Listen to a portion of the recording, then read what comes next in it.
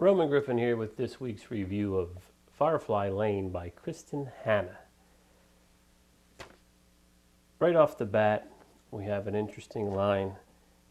I forget what page it was on. It's like on page 1 or 2 actually.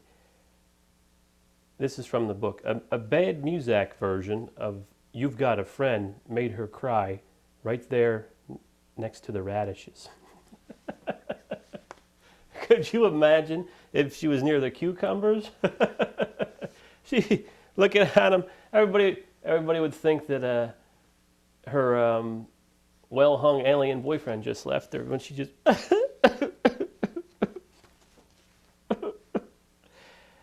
Anyway, you had to be there. But that's funny though. Made her cry right near the radishes. You've got a friend. It's more like if you're near the cucumbers, I guess it's more like, you've found a friend. Anyhow, that was kind of funny to me. On page 59, as usual, Kate had to change clothes and put on makeup after she left the house, if she wanted to look cool anyway. Her mom still thought she was too young for everything. This is on page 59.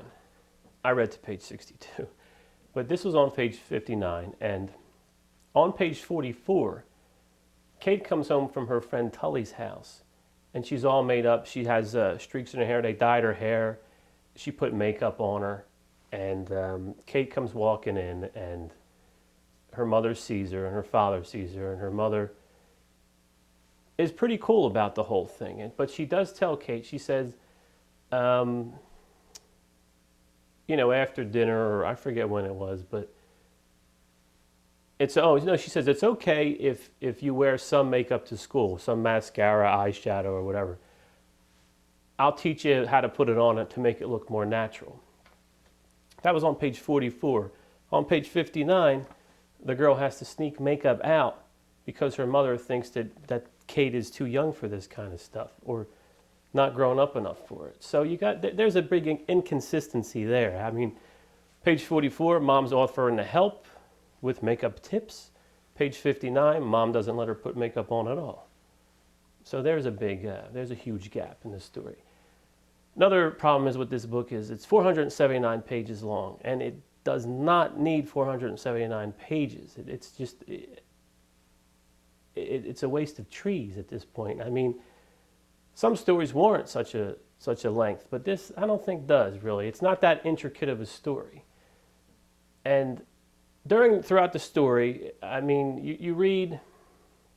It's like one big commercial. I mean, Kristin Hannah, she did her research, but somebody should have told her that research is not writing. Nobody really cares how many songs you can name from the 70s or the 80s, or how many different.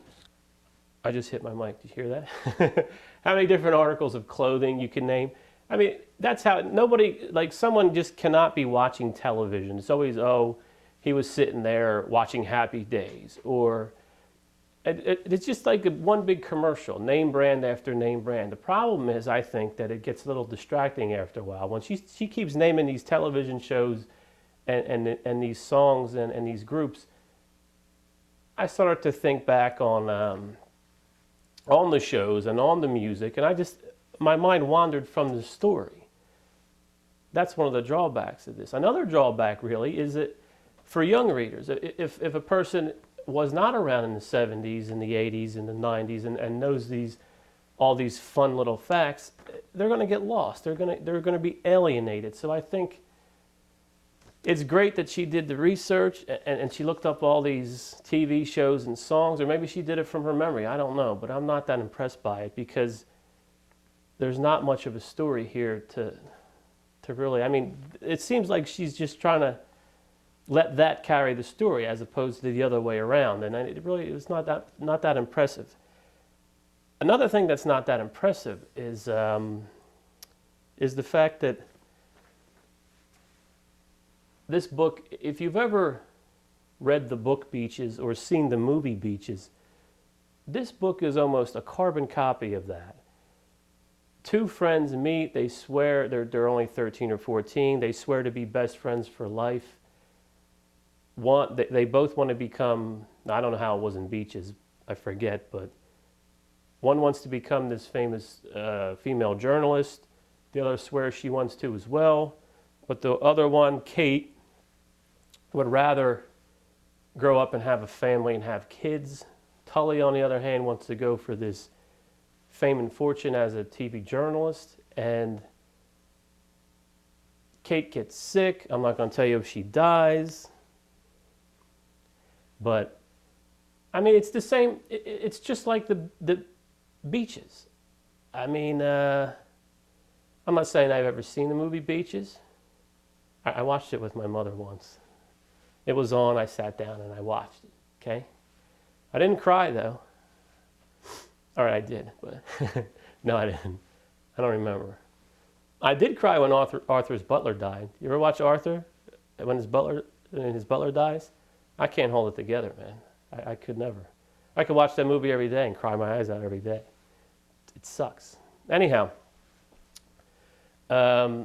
I can't believe that in this day and age how someone hasn't even said to this Kristin, or I don't know how it got published, how they just didn't say, hey, this is a complete ripoff of Beaches, but be that as it may. If you've seen Beaches, you can skip this book without a doubt because you know everything about it and you've seen everything about it.